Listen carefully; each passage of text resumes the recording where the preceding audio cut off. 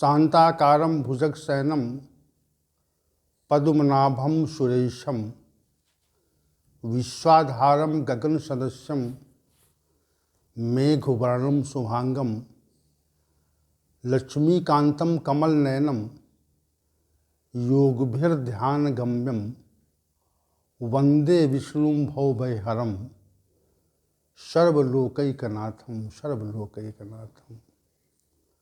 वसुदेवसुतं देवं कंसचाणूरमर्दनं देवकी परमानंदम श्रीकृष्णं वंदे जगद्गुरुं कृष्णं वंदे जगद्गुरुं। कृष्णाय वासुदेवाय हरे परमात्मने प्रणतक्लेशनाशाय गोविंदाय नमो नमः, गोविंदाय नमो नमः। हम सभी भगवद गीता के इस विशेष ज्ञान सत्र में आज पुनः एक बार उपस्थित हैं और अपनी उपस्थिति से भगवान श्री गोविंद को प्रसन्न कर रहे हैं। भगवान की प्रसन्नता का एक ही कारण है कि हम जब उनकी चरण शरण होते हैं और उनके द्वारा जो संपादित ज्ञान है उस पर चर्चा करते हैं जब, और ये प्रयास करते हैं कि यह ज्ञान अन्य लोगों को भी ज्ञात हो सके, इसके लिए प्रयत्नशीलता जब हमारी होती है तो भगवान श्री गोविंद प्रसन्न होते हैं।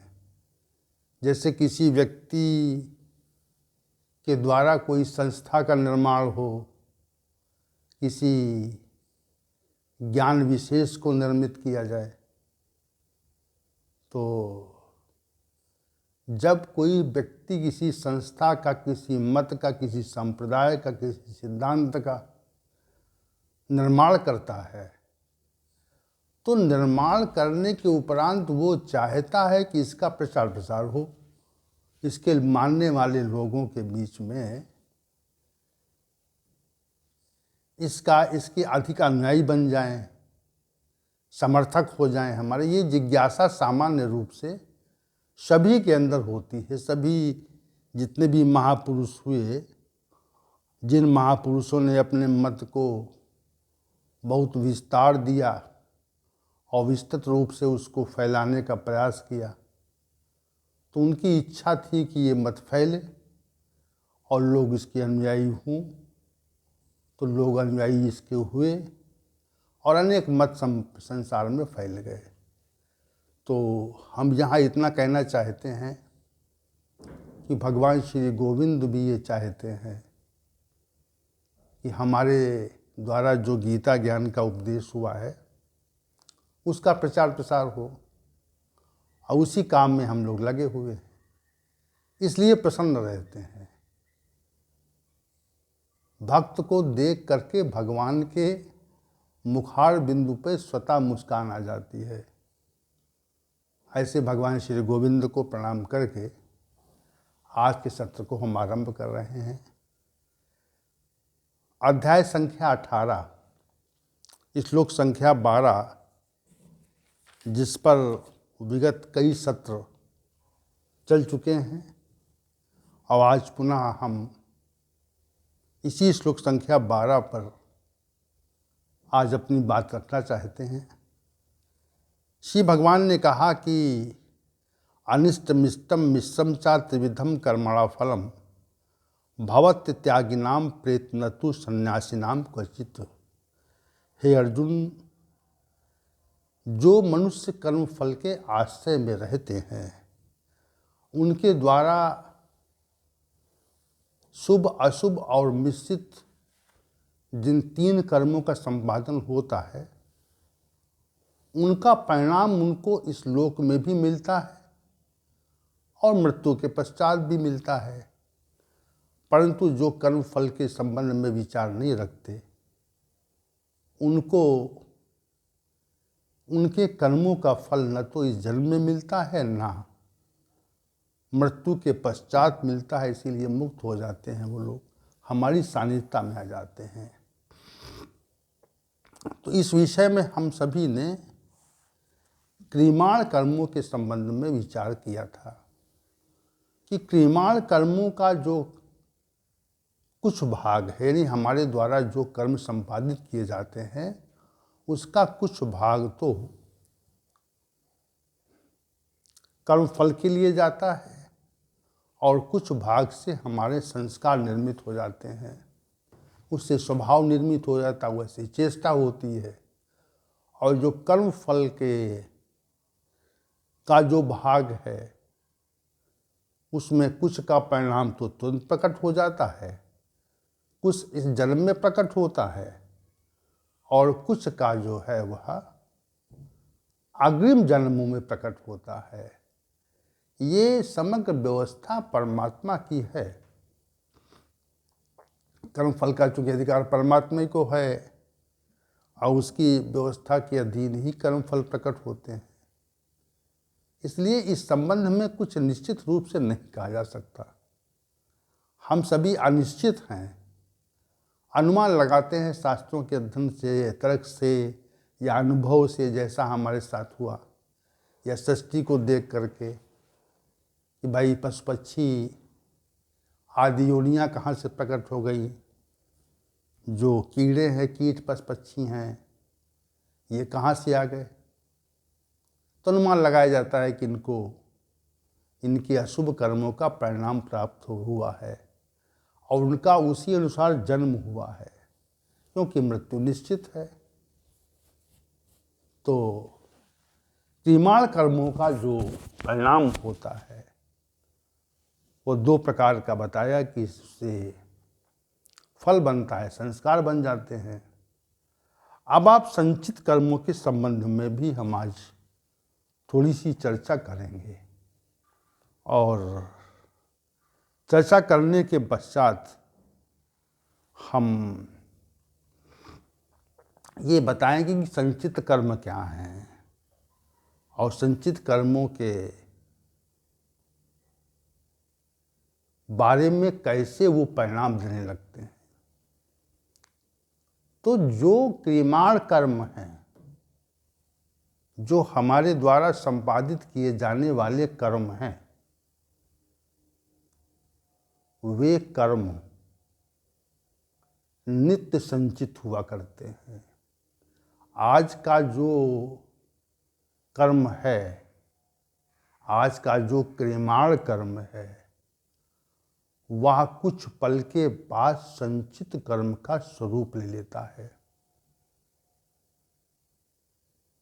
कुछ समय के बाद संचित कर्म का स्वरूप ले लेता है। जैसे हमने कहा था कि पहले मिट्टी इकट्ठा थी कहीं और पृथ्वी में मिट्टी इकट्ठा है, और उस पृथ्वी को कोई श्रमिक खोदता है और वो मिट्टी खोद करके जैसे ही खोदता है तो वो क्रियमाण कर्म है। समझाने के लिए कह रहे हैं, जिस प्रकार जैसे ही मिट्टी खोदता है तो जो खोदने वाला कर्म है वह क्रियमाण कर्म है, और फिर वो मट्टी कहीं संचित होती है, एकत्र की जाती है, खुद रही है और संचित हो रही है। तो फिर वो मट्टी हमको प्रतीत होती है, इतनी आज मिट्टी खोदी गई, इतने श्रमिकों ने, इतनी विशाल मात्रा में। तो जैसे मिट्टी खोदने का कर्म है, उसी प्रकार हमारे क्रियमाण कर्म होते हैं। और क्रियमाण कर्म जो हैं वह मिट्टी खोदने जैसे कर्म हैं, और उनसे कर्मों का संचन हो जाता है। संकलित हो जाते हैं, संचित हो जाते हैं, इकट्ठा हो जाते हैं, एकत्र हो जाते हैं, कुछ भी कहें, तो इनको संचित कर्म मान लेते हैं, संचित हो गए ये। तो चूंकि मनुष्य तो असंख्य कर्म करता है, एक ही दिन में असंख्य कर्म करता है, मानसिक, वाचिक और कायिक, तो अब आप अनुमान लगाइए, असंख्य मनुष्य असंख्य प्रकार के कर्मों का संपादन नित्य करते हैं, और समग्र कर्म परमात्मा की व्यवस्था में नित्य निरंतर संकलित होते हैं, उसमें कोई भी अव्यवस्था नहीं, समग्र पारदर्शी व्यवस्था है। इधर कर्मों का संपादन हुआ और उधर कर्मों का संकलन हो गया, अंकित हो गए, संकलित हो गए, अंकित हो गए, संकलित हो गए। जैसे टाइप करते हैं आप, इससे जितना टाइप करते जाते हैं उतना ही वो कंप्यूटर में स्वच्छित होता जाता है। अब टाइप तो कीबोर्ड से होता है और संचयन कंप्यूटर में होता है, मॉनिटर में होता है। तो वैसे ही कर्मों का जो संपादन है वह तो मनुष्य करता है। मनुष्य इस लोक में कर्मों का संपादन किया करता है, लेकिन संकलन दूसरे लोक में होता है। ये विशेष बात है। कर्मों का संपादन तो इस लोक में होता है, लेकिन कर्मों का संकलन दूसरे लोक में होता है, या नहीं होता वो।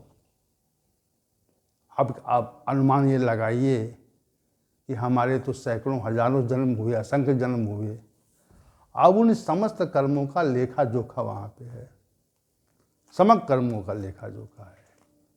इसीलिए हमको मनुष्य देह मिली है कि कुछ हमें अच्छा कर लें, ताकि हमारे कर्मों का जो संकलन है वो समाप्त हो जाए, कर्मों का संकलन समाप्त हो जाए, संचित कर्म न अवशेष रहें।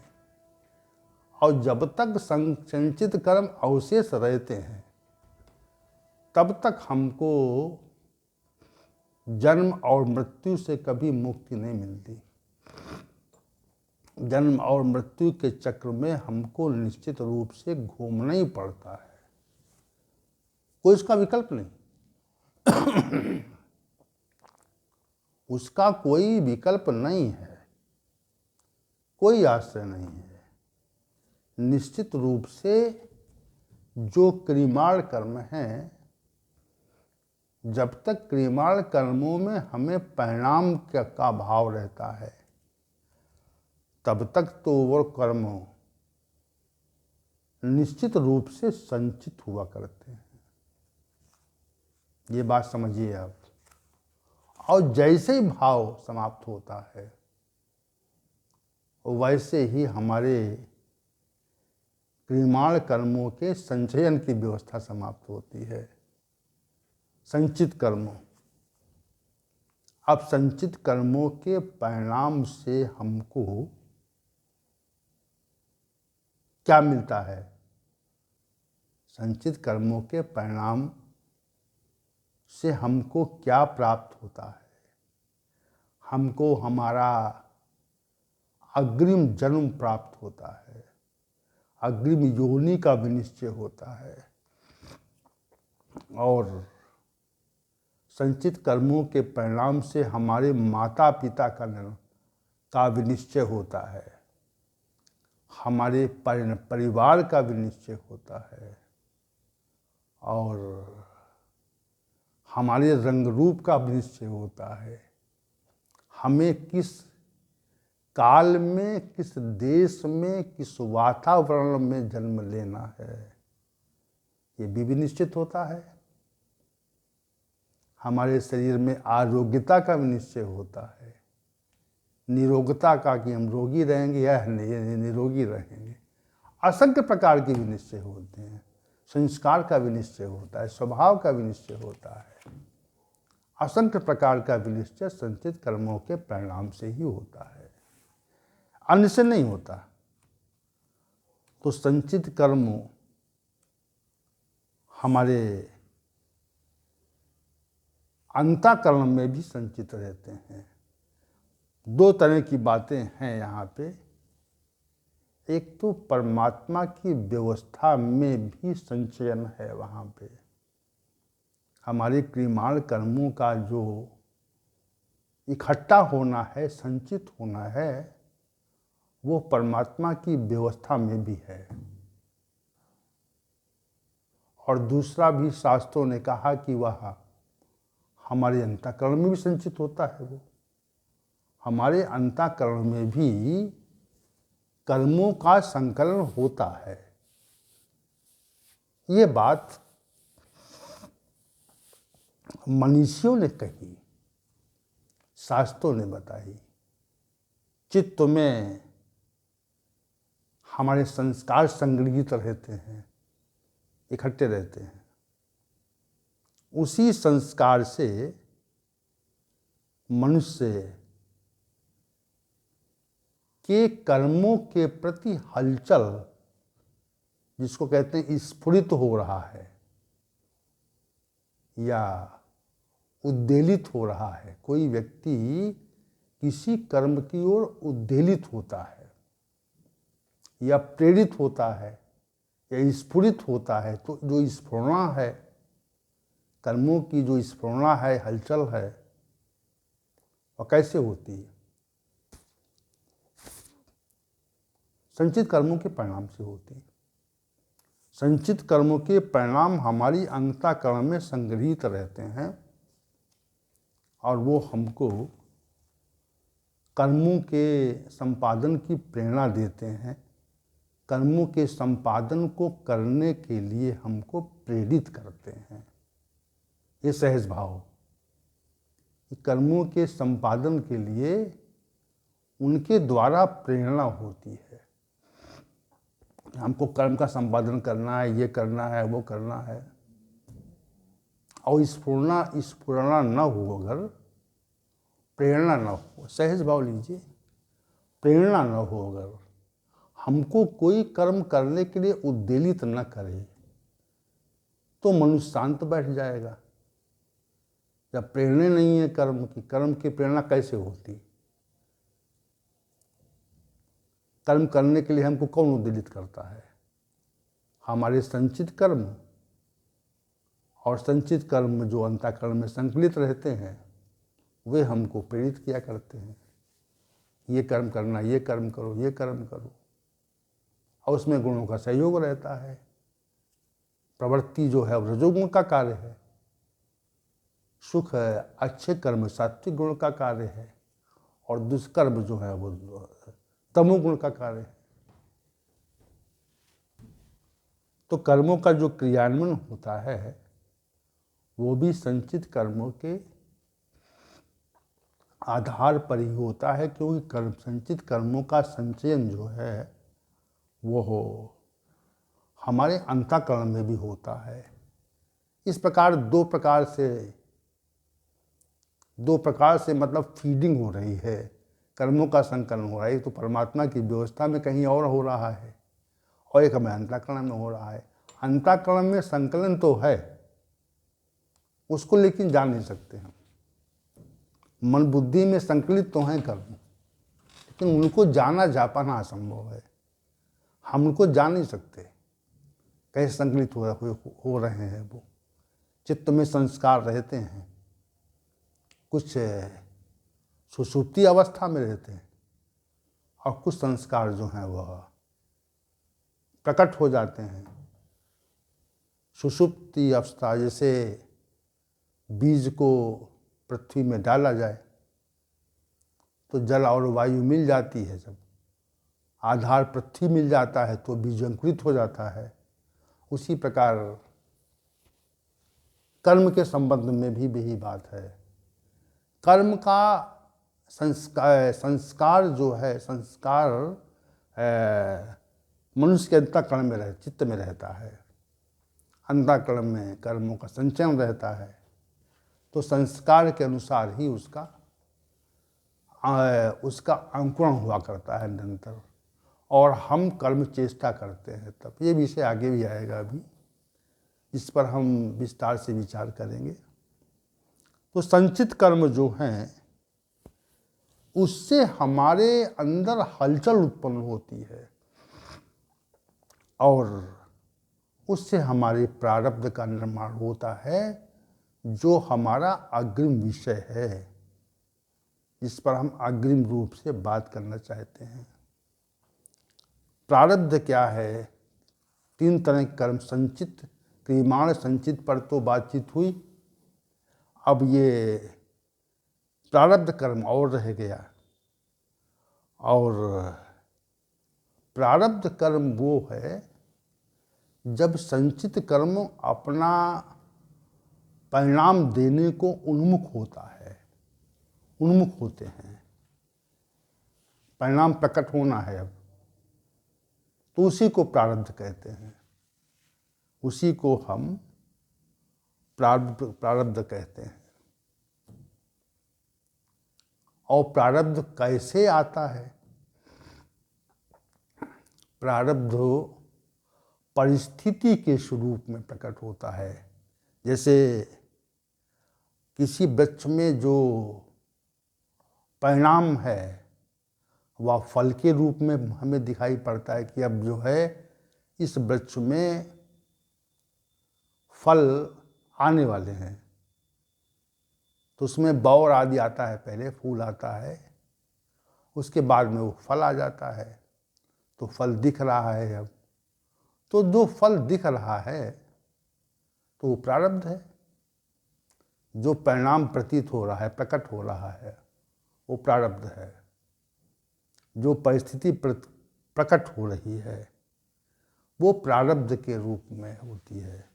एक विशद ये विज्ञान है कि कौन सा कर्म हमें कब हमारा प्रकट हो, कौन संचित कर्म कब प्रकट हो जाएगा, वो प्रारब्ध बन जाएगा।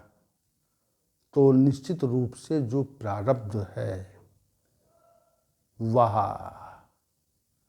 3 प्रकार का, श्री भगवान ने कहा 3 तरह का है। एक, अनिष्ट कर्मों के पश्चात हमारे समक्ष अनिष्ट परिस्थितियां प्रकट होती हैं, यानी प्रतिकूल परिस्थितियां प्रकट हो जाती हैं। दुख का कारण, शोक का कारण वही प्रतिकूल परिस्थितियों से हमें दुख मिलता है, प्रतिकूलता से ही हमको दुख मिलता है, शोक मिलता है।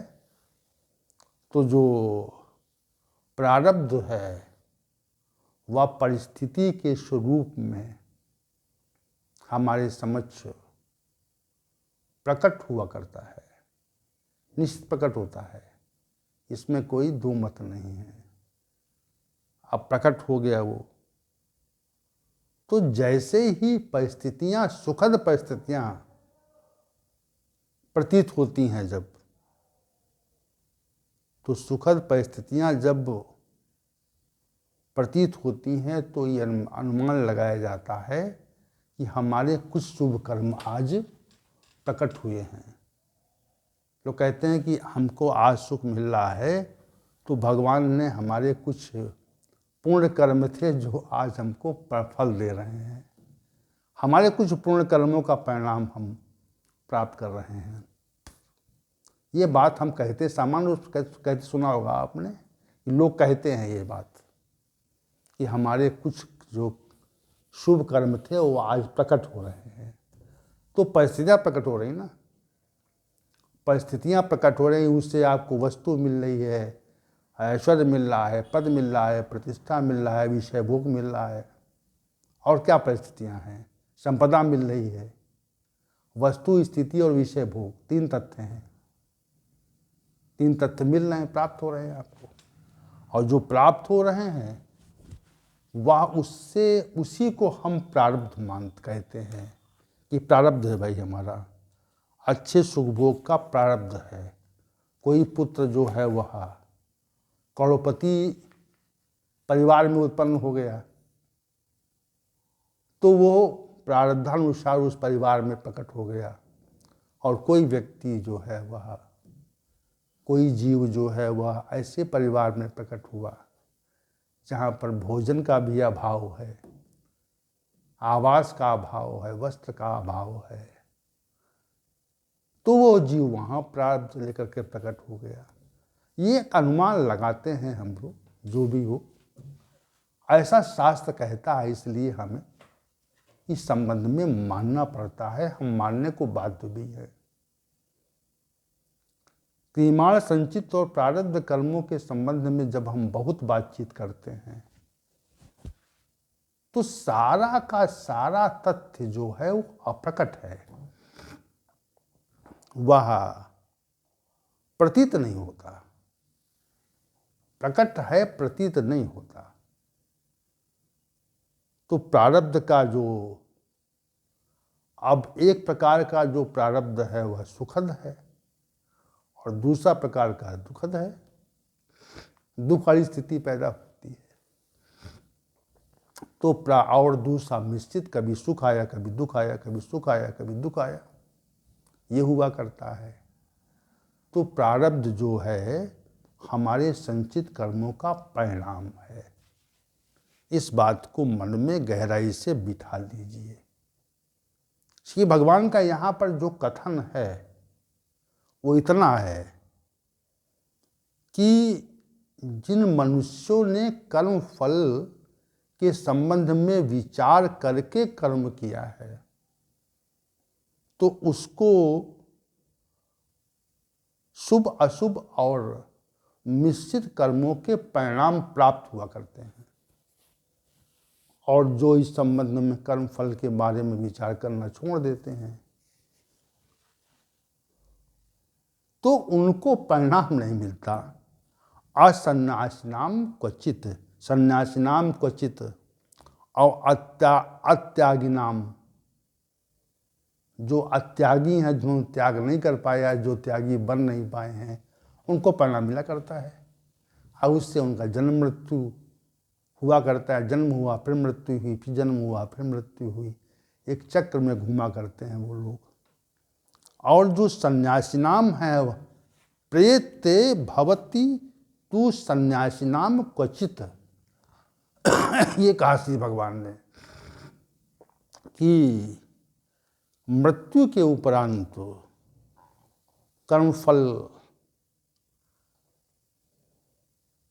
का जो कर्म फल के का जो विचार त्याग देते हैं उनका परिणाम मृत्यु के पश्चात नहीं होता है और यही मुक्ति है। मुक्ति का चूंकि शास्त्र है ये, तो मुक्ति के शास्त्र के लिए शास्त्र में विशद बात यही है कि मुक्ति की व्याख्या करता है। आपको घेर घार के मुक्ति की ओर ले जाएगा। वो विषय श्री भगवान संपादित करने लगते हैं बार बार, जो आपके वास्तविक कल्याण की ओर जाता है। अनेक विषय संपादित किए हैं, तो उन विषयों का कोई जो उन्मुखता है वो अंत में मुक्ति की ओर जाती है। आप मुक्त हों, और इसलिए यहाँ पर श्री भगवान यही कह रहे हैं कि कर्म फल का परित्याग कर देने वाले महानुभावों, जिनको हम सात्विक त्यागी कहते हैं, उनका जो संचित कर्म है वो समाप्त हो जाते हैं, भस्मीभूत हो जाते हैं। तो उनका मृत्यु के पश्चात परिणाम नहीं होता। और जब मृत्यु के पश्चात परिणाम नहीं होता तो क्या होगा? उसी स्थिति को हम मुक्ति कहते हैं। उसी स्थिति को हम निश्चित रूप से मुक्ति कहते हैं। ये बात श्री भगवान यहाँ पर विशेष रूप से कहना चाह रहे हैं। बस इस श्लोक का जो है आज 4-5 सत्र चले इसमें, तो इसका अभिप्राय यही था।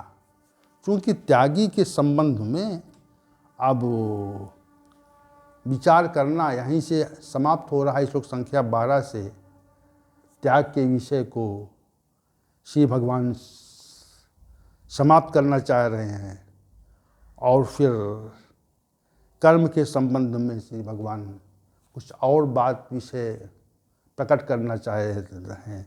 इसलिए अब यहाँ पर उस प्रकरण का पटाक्षेप करके, उपसंहार करके ये कह रहे हैं कि जो कर्म का परिणाम है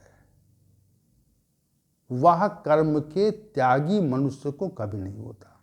परिणाम का जो त्यागी हो जाता है उसको कोई परिणाम नहीं मिलता। चूंकि विशद स्थिति है ये, कर्म फल पर विचार समाप्त हो जाए तो ये कोई सामान्य स्थिति नहीं है, ये विशेष स्थिति है। कर्म फल के संबंध में विचार ही नहीं कर रहे हैं, और कर्म फल के संबंध में जब विचार नहीं कर रहे हैं तो विचार न करने से हमारी मुक्ति हो जाती है। इतना सा विषय है।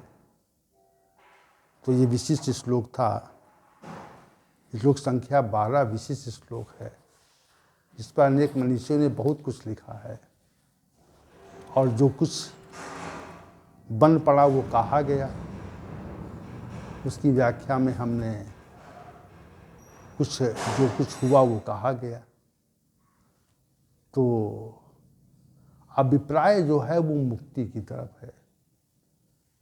श्री भगवान के प्रवचन का की जो दृष्टि है, उसका जो आत्यंतिक कथन है वो इतना ही है बस, कि आप मुक्त हों।